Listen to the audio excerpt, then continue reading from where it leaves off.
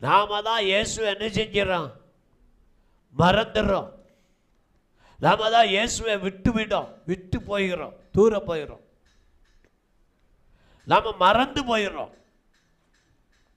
எல்லா வசனமும் வாசித்தாலும், வேதாமத்தை வாசித்தாலும் சில நேரம் நாம் தனிமையாக ஆக்கப்படுகிறோம், மறந்து போய் வெளியேறி போய்கிறோம்.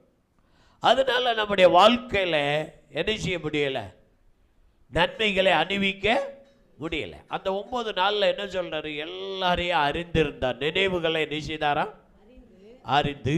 நீங்கள் உங்கள் இருதயங்களில் பொல்லாதவைகளை சிந்திக்கிறது என்ன.